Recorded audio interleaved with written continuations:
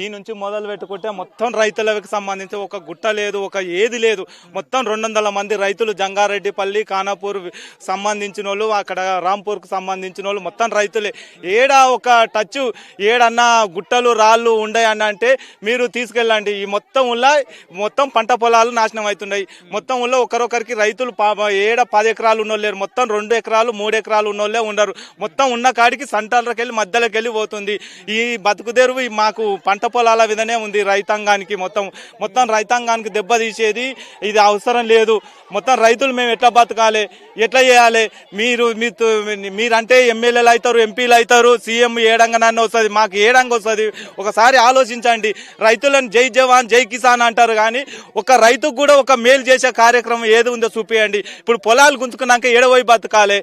నువ్వు కట్టిస్తా అలా కెసిరెడ్డి నారాయణ రెడ్డి అంటుండు మీకు నష్టపరిహారం కట్టిస్తా అంటే నష్టపరిహారం ఏంటి కొరకు కట్టిస్తావు? మాకు ఏంటి కొరకు కట్టిస్తావు నష్టపరిహారం? మా పొలాలు గుంతుకొని మాకు ఉట్టికిట్టిస్తున్నావా నష్టపరిహారం? నువ్వు 20 లక్షలు ఇస్తే మా పిల్లల చదువులకు అవసరం లేదు, మాకేమన్నా బతుకు తెరువుకి ఏమన్నా పొలం కొనవన్నా లేదు, ఆల్విషన్ లేదు. మాకు భూమి బదులు భూమి అన్ని ఇచ్చి తీసుకోండి, లేకపోతే మాకు ఆ RRR అవసరం లేదు. మేము ఒకటే విన్నపం చేస్తున్నాం. ఒకసారి చూడండి అన్న, ఒకసారి పంట పొలాలు మొత్తం బోరు బతుకు తెరువు మాకున్నవే 2 ఎకరాలు, మొత్తం 2 ఎకరాలలో మొత్తం మొత్తం పోతుండయి. ఇప్పుడు మాకు తెలియకుండా ఇచ్చారు అన్న అలైన్మెంట్. ఇది మాకు తెలియదు, ఈడంగా పోతుందని కూడా తెలియదు. నైటే మార్చిర్రు మొత్తం. ఇది ఎవరికి తెలియకుండా బడా బాబులకు తెలిసి ఇచ్చిర్రు ఇలా అలైన్మెంట్.